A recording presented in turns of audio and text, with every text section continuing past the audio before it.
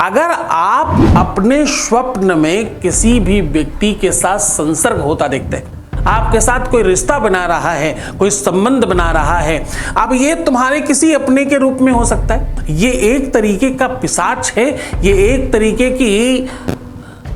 नर्तक और बुरी शक्ति है जो तुम्हारे आसपास होने का इंडिकेशन दे रही है। कोई ताकतवर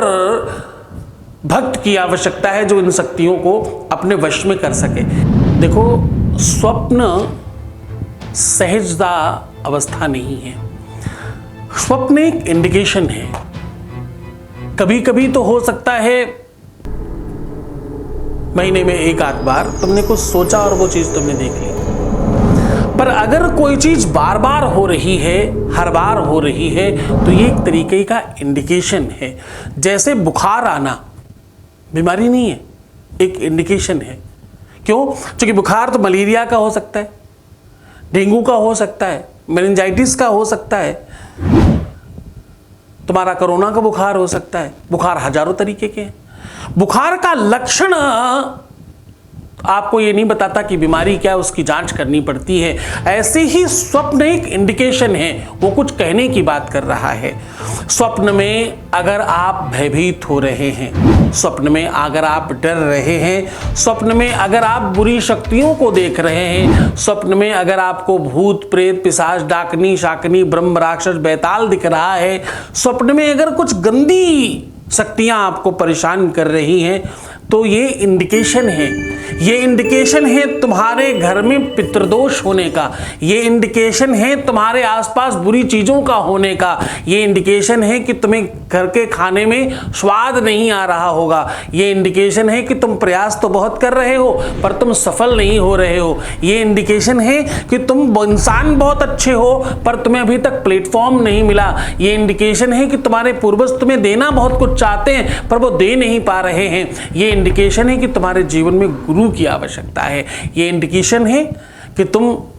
हर हाल में एक साधक गुरु के साथ जुड़ो ताकि तुम्हारा जीवन अनुकूल हो सके। ऐसे सपने ना आए, इसके लिए मोरपंख रख करके सोने से आप इससे बच सकते हैं। अगर आप अपने स्वप्न में किसी भी व्यक्ति के साथ संसर्ग होता देखते हैं, अगर आप मैथुन देख रहे हैं, अगर आप पति पत्नी के रिश्तों की तरह आपके साथ कोई रिश्ता बना रहा है, कोई संबंध बना रहा है, अब ये तुम्हारे किसी अपने के रूप में हो सकता है, तुम्हारे किसी रिश्तेदार के रूप में हो सकता है, तुम्हारे पति के रूप में हो सकता है, तुम्हारे फ्रेंड मित्र दोस्तों के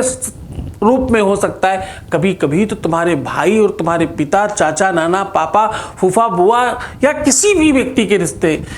के स्वरूप में ये तुम्हें दिख सकता है। ऐसा दिखे तो ये बहुत अच्छा नहीं माना जाता, ये एक तरीके का पिशाच है, ये एक तरीके की नर्तक और बुरी शक्ति है जो तुम्हारे आसपास होने का इंडिकेशन दे रही है। ये शक्ति तुम्हारे वैवाहिक जीवन को नष्ट करती है, विवाह होने नहीं देती अथवा विवाह चलने नहीं देती, जीवन में प्रेम आने नहीं देती और अथवा तुम्हारा चारित्रिक स्वभाव परिवर्तित कर देती, चरित्र खराब कर देती।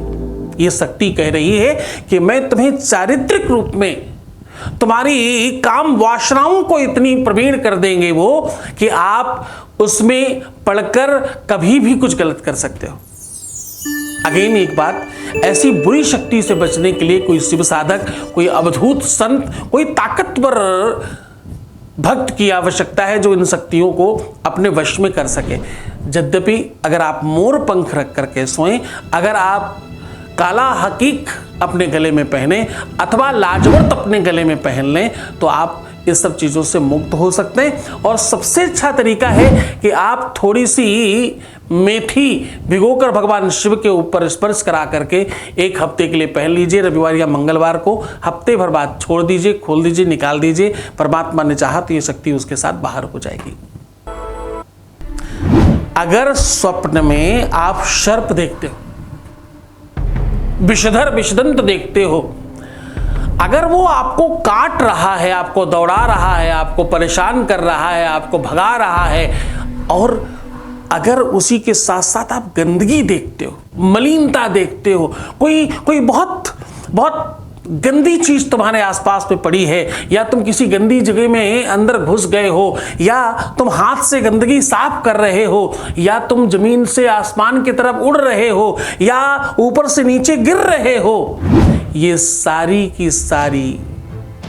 स्थितियां, ये जो तुम्हारा स्वप्न है ना, ये तुम्हें बता रहा है कि तुम्हारी उन्नति का समय आ गया है, अब तुम्हें ग्रोथ का समय आ गया है, अब तुम्हारे जीवन में दुख के समाप्ति का समय आ गया है, अब तुम धनवान हो जाओगे, यशवान हो जाओगे, कीर्तिवान हो जाओगे, चारों तरफ से तुम्हें सहयोग मिलने लग जाएगा, अब तुम्हारा जीवन परिवर्तित होने जा रहा है। भगवान को प्रसाद चढ़ाओ, अपने गुरुदेव को प्रणाम करो, अपने गुरुदेव के चरणों में नतमस्तक हो जाओ, अब तुम्हारा जीवन परिवर्तित होने जा रहा है, सब अच्छा हो जाएगा अब इसके बाद से।